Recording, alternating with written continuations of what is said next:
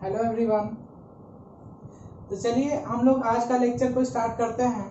पिछले लेक्चर तक हम लोग ने स्टेमेन के बारे में स्ट्रक्चर देख लिया था कि स्टेमेन दिखता कैसा है, स्टेमेन का कौन कौन सा पार्ट्स होता है, एंथर, फिलामेंट, उसके बारे में भी हम लोग ने देखा। फिलामेंट का क्या स्ट्रक्चर फंक्शन होता है वो भी हम लोग ने देख लिया। अब एंथर के बारे में और डिटेल में देखते हैं। तो एंथर का जिस तरह से हम लोग ने यहाँ पर स्ट्रक्चर बनाया था, शायद आपको याद हो, कुछ इस टाइप का स्ट्रक्चर था ट्रांसफर सेक्शन कट करने के बाद, और यहाँ पे सारे साइड पे इस तरह का गोल गोल स्ट्रक्चर प्रेजेंट था। तो इस स्ट्रक्चर को क्या बोलते हैं? माइक्रोस्पोरेंजिया बोलते हैं। तो आज के लेक्चर में हम लोग इसी माइक्रोस्पोरेंजिया के बारे में देखेंगे कि आखिर ये माइक्रोस्पोरेंजिया बना कैसे। तो इसके बारे में हम लोग आज डिटेल में देखेंगे स्टार्टिंग से। चलिए स्टार्ट करते हैं। सबसे पहला पॉइंट कि ये माइक्रोस्पोरेंजिया बना कैसे। देखिए, एक एंथर का लोब में, अगर जैसा कि मैंने आपको बताया था कि दो एंथर का लोब होता है।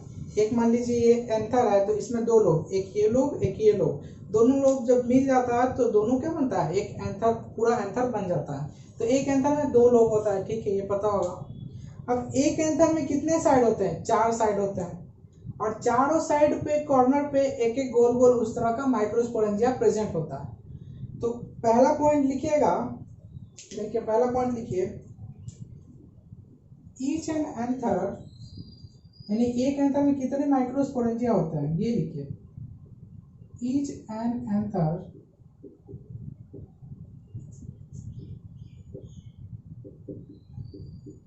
Consist of 4 microsporangia.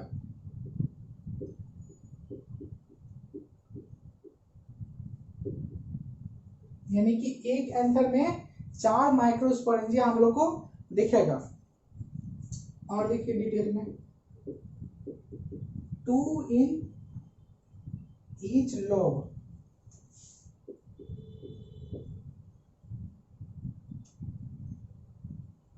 यानी कि एक लोब में अगर हम लोग देखें तो एक लोब में 2 माइक्रोस्पोरेंजिया होगा, यानी 2 लोब, यानी कि दोनों लोब में 2 माइक्रोस्पोरेंजिया प्रेजेंट होगा, यानी कि टोटल 4 माइक्रोस्पोरेंजिया हो गया।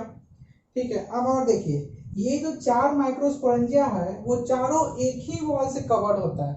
ऐसा नहीं कि 4 माइक्रोस्पोरेंजिया का अलग अलग वॉल है, अलग अलग कवरिंग है, ऐसा नहीं है। सबका वॉल, सबका एपिडर्मिस यानी आउटर लेयर सेम ही होता है। तो नेक्स्ट पॉइंट लिखिएगा, they are covered bye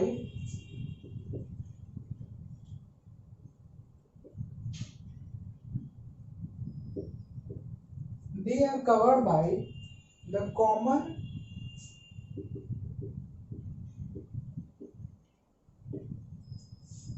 epidermal layer. Epidermis मतलब जानते होंगे आप लोग, सबसे आउटर वाले लेयर को एपिडर्मिस बोलते हैं। यानी कि चारों माइक्रोस्पोरेंजिया का जो कवरिंग होगा वो सेम ही होगा, मतलब एक ही कवरिंग के अंदर चारों माइक्रोस्पोरेंजिया प्रेजेंट होगा। जैसे कि आप लोग को यहाँ पर स्ट्रक्चर में मैं दिखा देता हूँ। देखिए इस तरह से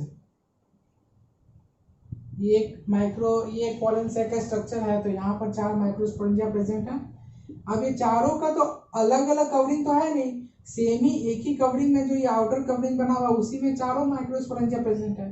इस लाइन में वही बोला जा रहा है कि they are covered by the common epidermal layer, मतलब आउटर लेयर जो है वो सबका क्या है? कॉमन है। नेक्स्ट पॉइंट क्या होता है? देखिए नेक्स्ट पॉइंट हो सकता है कि अब ये माइक्रोस्पोरेंजिया क्या होता है ये तो समझ गए। अब माइक्रोस्पोरेंजिया किस चीज को कैरी करता है तो ये भी लिखिए, दे कंसिस्ट ऑफ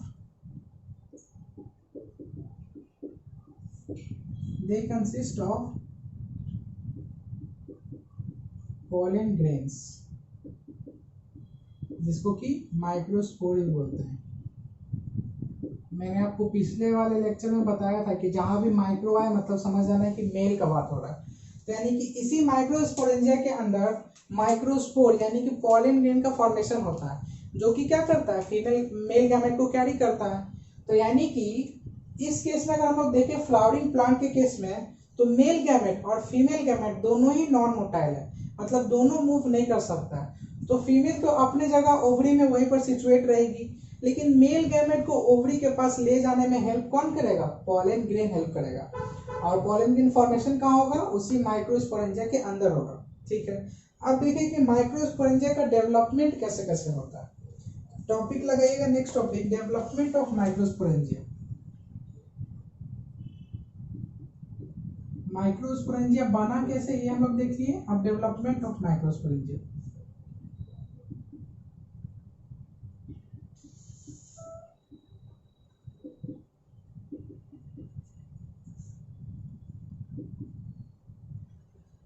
इसमें मैं आपको स्टेप बाय स्टेप करके बताऊंगा, तो मैं यहाँ पर एरो के मदद से हर एक स्टेप को अलग करूंगा। अगर आप चाहें तो हर एक एरो के बाद अलग स्टेप 1 स्टेप 2 करके भी लिख सकते हैं अपने नोट्स में। तो सबसे पहला जो स्टेप है वो लिखिएगा। सबसे पहले क्या होता है कि जब एंथर मैच्योर नहीं होता है तो उस समय एंथर के अंदर बहुत सारे एक्टिवली डिवाइडिंग सेल प्रेजेंट होते हैं। मतलब एक्टिवली डिवाइडिंग का मतलब हो गया कि बहुत फास्ट डिवाइडिंग करने वाले सेल। और वो सेल कौन से होते हैं? आर्किगोनियल सेल होते हैं। आई होप कि आपको आर्किगोनियल सेल के बारे में पता होगा, हम लोग ने क्लास 11 में पढ़ चुका है। अगर आप लोग को उसके बारे में नहीं पता तो आप लोग कमेंट में बताइए, मैं फिर से उसको बता दूंगा। लेकिन आई होप कि आप लोग को पता हो, क्योंकि 11 का सेक्शन है और बहुत बार आ चुका है 11th में। तो सबसे पहला पॉइंट लगाइए कि young anther consist of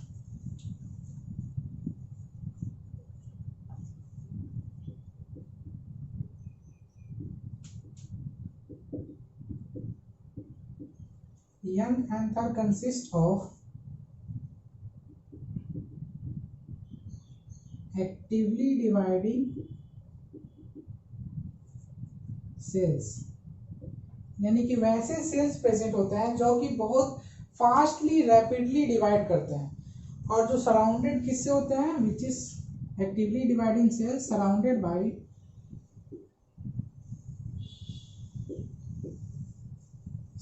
bye epidermis.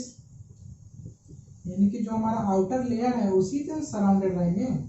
तो यानी कि जो एंथर स्टार्टिंग में होता है, मतलब उस समय माइक्रोस्पोरेंजिया प्रेजेंट नहीं है, तो क्या है कि एंथर में एक्टिवली डिवाइडिंग सेल प्रेजेंट है। कौन से सेल है? आर्किगोनियल सेल है, मैं आगे बताता हूँ। तो एक्टिवली डिवाइडिंग सेल प्रेजेंट है सबसे पहले। अब एक्टिवली डिवाइडिंग है तो वो बहुत ही रैपिडली क्या करेंगे? डिवाइड करेंगे और नंबर को इंक्रीज करेंगे। मतलब एक सेल से 2 सेल, 2 से 4, इस तरह से अपना नंबर रैपिडली इंक्रीज करते रहेंगे। सेकेंड स्टेज में क्या होगा कि इनिशियली जो एंथर है वो लोब में डिवाइडेड नहीं होता। तो सबसे पहले तो 2 लोब में डिवाइड होगा। ऐसा भी हम लोग जानते हैं एंथर के स्ट्रक्चर में कि वो बाई लोब में होता है। तो क्या होगा? Become 2 lobe.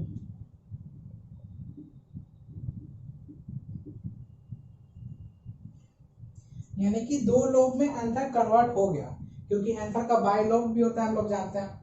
नेक्स्ट स्टेप में क्या होगा कि हर एक लोब में 2 माइक्रोस्पोरेंजिया का फॉर्मेशन होगा। लिख लीजिए यहाँ पर, ईच लोब डेवलप्स इनटू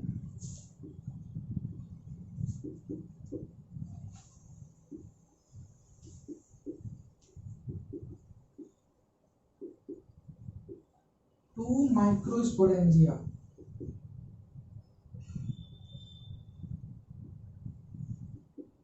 यानी कि 2 लोब बन गया और हर एक लोब में एक दो माइक्रोस्पोरेंजिया का फॉर्मेशन हो गया। ठीक है, अब देखिए, अच्छा ये माइक्रोस्पोरेंजिया का जो फॉर्मेशन हुआ है वो किस चीज से सराउंडेड होता है? जरा ध्यान से सोचिए। आखिर जो मान लीजिए कि ये एक सेल है, ये सेल है और ये डिवाइड कर दिया, और डिवाइड करने के बाद क्या बना लिया? 2 अलग अलग सेल बना लिया। तो इस सेल के बाहर जो भी मैट्रिक्स प्रेजेंट होगा उसी मैट्रिक्स से ये दोनों सेल भी सराउंडेड हो गए।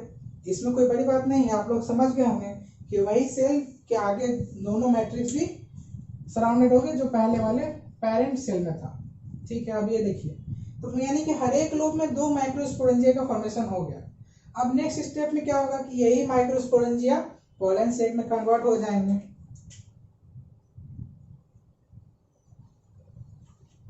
कन्वर्ट्स इनटू पोलन सैक, जहां पर कि पोलन ग्रेन का फॉर्मेशन होना शुरू हो जाएगा। तो इसमें हमने ये पढ़ा कि पोलन सैक का फॉर्मेशन कैसे हुआ। स्टार्टिंग से, मतलब एक सेल से लेकर के पोलन सैक पूरा चार सेल कैसे बना, यानी चार माइक्रोस्पोरेंजिया कैसे बना, ये हम लोग ने इस स्टेप में देखा। अब नेक्स्ट स्टेप में देखिए कि ये जो आर्किगोनियल सेल होता है वो कैसे कैसे डिवाइड करता है और उससे क्या क्या बनता है, ये चीज देखिए।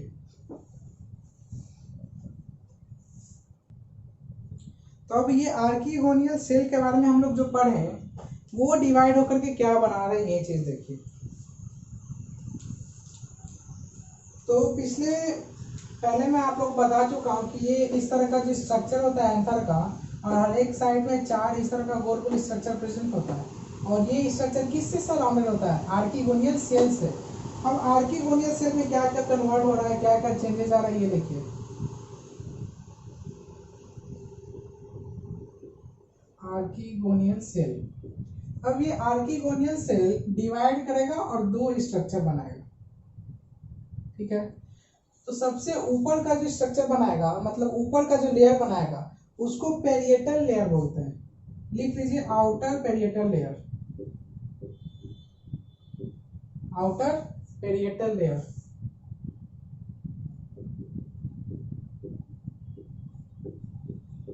और जो सेकेंड लेयर बनाएगा जो कि इनर मोस्ट होगा, वो कौन सा लेयर होगा, ये देखिए, inner sporogenous tissue.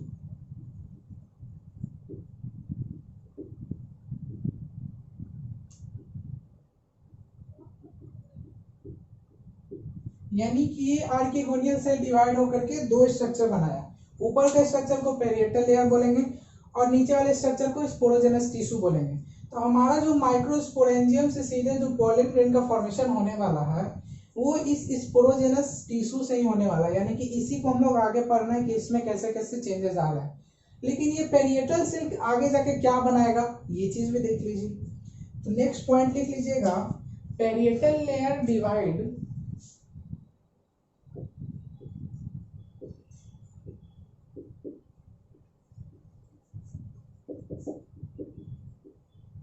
To form, यानी कि पेरिएटल लेयर डिवाइड करके क्या बना रहा है, लिख लीजिएगा लेयर ऑफ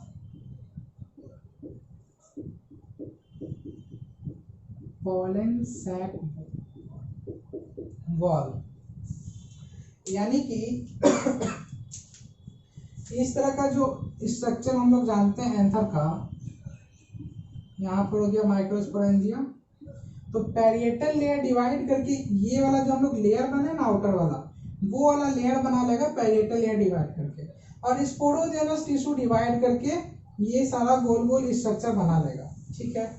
अब देखिए पेरिएटल लेयर डिवाइड करके क्या बनाता है, ये हम लोग देख लिए। स्पोरोजेनस टिश्यू डिवाइड करके पॉलन सैक बनाया, ठीक है। अब पॉलन सैक क्या करेगा, पॉलन ग्रेन्स का फॉर्मेशन करेगा, और पॉलन ग्रेन्स का फॉर्मेशन कैसे होगा, पॉलन मदर सेल से होगा। जैसे कि पिछले वीडियो में भी हम लोग ने, पिछले चैप्टर में भी हम लोग ने पढ़ा कि फीमेल गैमेट का फॉर्मेशन हो रहा है फीमेल मदर सेल से, मेल गैमेट का फॉर्मेशन हो रहा है मेल मदर सेल से। तो उसी तरह से इस पॉलन ग्रेन्स का ही फॉर्मेशन होता है पॉलन मदर सेल से। तो ये स्पोरोजेनस टिश्यू फाइनली कन्वर्ट हो जाता है डिवाइड करके पॉलन मदर टिश्यू में या पॉलन मदर सेल में, और फिर आगे वही पॉलन ग्रेन्स में कन्वर्ट हो जाता है। तो नेक्स्ट टॉपिक लिख लीजिएगा कि पेरिएटल सेल डिवाइड करके क्या बना, ये तो देख लिए। अब स्पोरोजेनस टिश्यू डिवाइड करके क्या बनाएगा,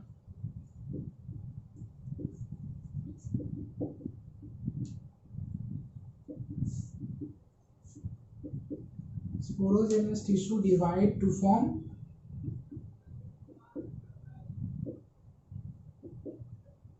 पॉलन मदर सेल, जिससे कि क्या होगा, फॉर्मेशन ऑफ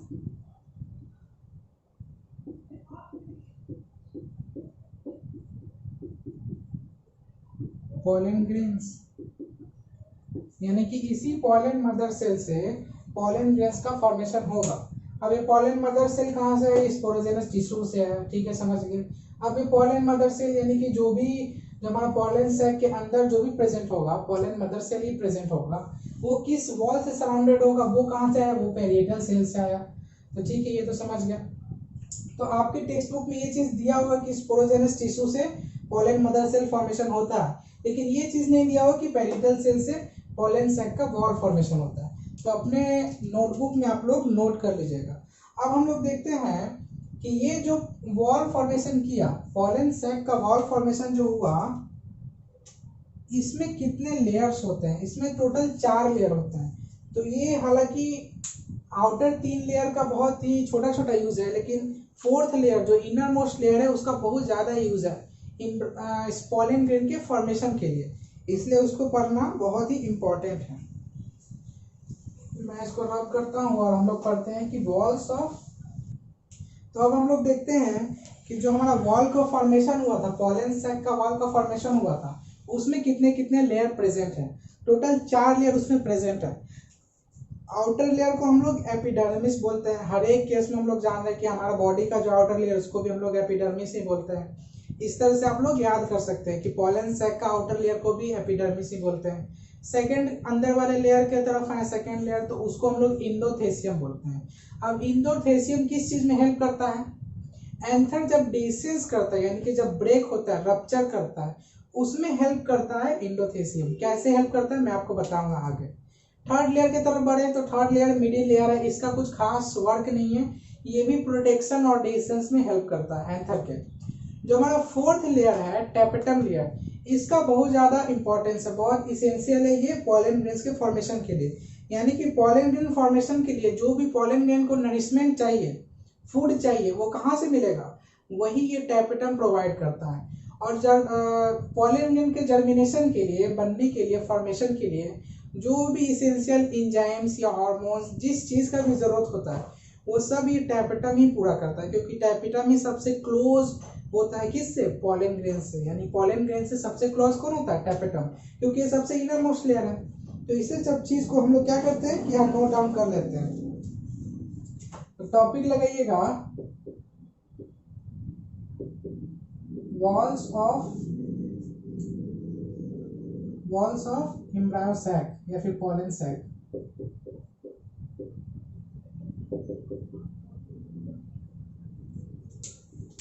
सबसे फर्स्ट वॉल हमारा क्या है? जो सबसे आउटर मोस्ट वॉल है वो है एपिडर्मिस।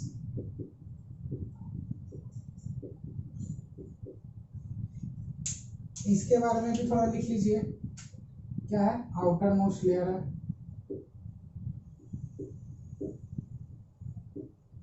इसका काम क्या है? फंक्शन प्रोटेक्शन में हेल्प करता है। जो हमारा सेकेंड लेयर है वो है इंडोथेसियम, नोट कर लीजिए।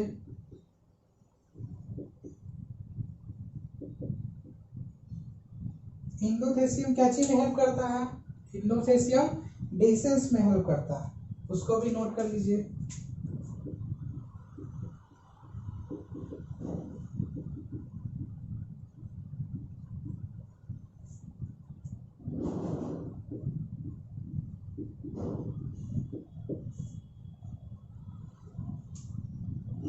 अगर किसी बच्चे को ना मालूम हो कि डिस्टेंस का मतलब क्या होता है, तो यहाँ पर ब्रैकेट में लिख लीजिए ब्रेकेज, यानी कि एंथर को रप्चर करने में हेल्प करता है इंडोथेसियम।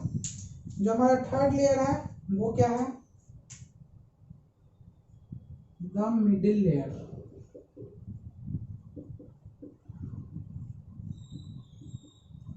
अब मिडिल लेयर का काम क्या है? कुछ भी काम नहीं, वो प्रोटेक्शन में हेल्प करता है और डिसेंस में भी हेल्प करता है, प्रोटेक्शन एंड डिसेंस।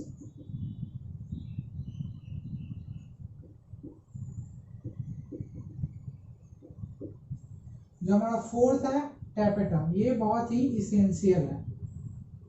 टैपेटम बहुत ही इसेंशियल, इसको ध्यान से नोट डाउन कर लीजिएगा।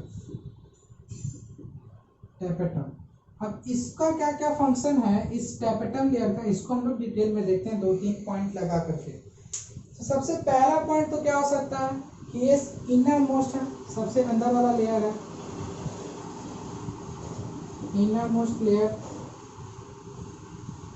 एक चीज और लिख लीजिएगा कि टैपेटम का जो साइटोप्लाज्म होता है वो बहुत ही डेंस होता है, डेंस साइटोप्लाज्म होता है। ठीक है, ये हम लोग टैपेटम के स्ट्रक्चर और अरेंजमेंट के बारे में पढ़ लिए। अब टैपेटम का फंक्शन क्या है ये लिखिए। तो टैपेटम का फंक्शन है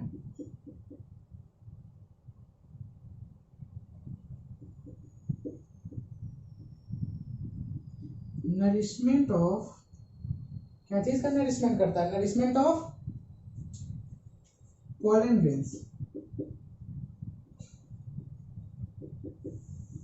यानी कि जब पॉलन ग्रेन का फॉर्मेशन होता है, ग्रोथ होता है, उस समय टैपेटम फूड प्रोवाइड करता है, यानी नरिशमेंट, जो भी इसेंशियल न्यूट्रिएंट्स है वो पॉलन ग्रेन को प्रोवाइड करता है ताकि वो इजीली मैच्योर हो सके।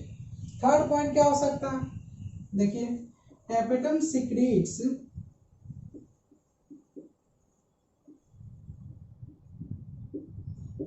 Essential enzymes. अब एंजाइम सीक्रेट करता है, कौन सा एंजाइम सीक्रेट करता है ये भी लिख लीजिए। ऐसे तो ये कहीं पूछा नहीं जाएगा लेकिन फिर भी लिख लीजिए, कैलेस, यानी कि secret essential enzymes and hormones, hormones को भी सीक्रेट करता है। कौन सा हार्मोन सीक्रेट करता है ये भी लिख लीजिए, IAA हार्मोन सीक्रेट करता है। जब आप लोग 12th में चैप्टर नंबर 6 में पढ़ेंगे हार्मोन्स के बारे में, वहां पर डिटेल में पढ़ना है हार्मोन्स का कौन कौन सा टाइप होता है और हार्मोन्स क्या क्या होता है। उसमें आप लोग पढ़ेंगे AAG टाइप, AAM टाइप, उसी तरह से एक AAA टाइप भी होता है। तो यही वाला हार्मोन सीक्रेट करता है टैपेटम। नेक्स्ट पॉइंट क्या हो सकता है? इट्स सेल, इसके सेल में, its cells may have more than one nucleus, यानी कि टैपेटम का जो सेल होगा, एक यूनिट, क्या सेल सबसे छोटा यूनिट होता है, तो टैपेटम का सेल में एक से ज्यादा न्यूक्लियस भी प्रेजेंट हो सकता है। तो आई होप कि आप लोग ये सारा पॉइंट्स नोट कर लिए होंगे। यहाँ पर आपको ये चारों लेयर का फिगर भी दिख रहा होगा, यानी कि माइक्रोस्पोरेंजिया का जो वॉल है उसका कितना लेयर है वो सारा का लेबलिंग करके आपको फिगर यहाँ पर दिया हुआ है। आप लोग इसको अपने नोटबुक में नोट कर लीजिए ध्यान से। तो आई होप कि आपको आज का लेक्चर पसंद आया होगा। नेक्स्ट लेक्चर में हम लोग ने क्या किया, माइक्रोस्पोरेंजिया के बारे में डिटेल में उसका फीचर्स पढ़ लिया। अब माइक्रोस्पोरेंजिया से कैसे पॉलन ग्रेन का फॉर्मेशन हो जाएगा वो हम लोग नेक्स्ट लेक्चर में देखेंगे। तो आई होप कि आपको आज का लेक्चर पसंद आया होगा। नेक्स्ट लेक्चर में हम लोग बहुत ही जल्दी मिलेंगे, तब तक के लिए थैंक यू।